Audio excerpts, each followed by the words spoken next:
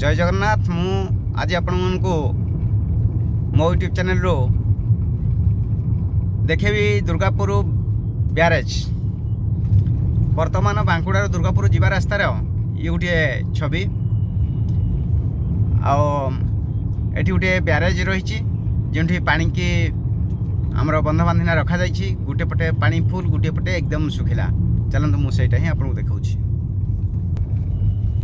देखु ये लिखाई कौन वेलकम टू दुर्गापुर ब्यारेज।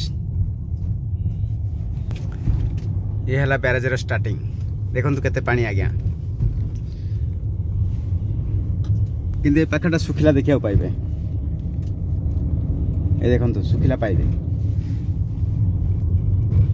ये बांकुड़ारू दुर्गापुर आसिया मध्य दुर्गापुर ठार मात्र 1.5 किलोमीटर डिस्टेंस मध्य ब्यारेज पड़ी थाए।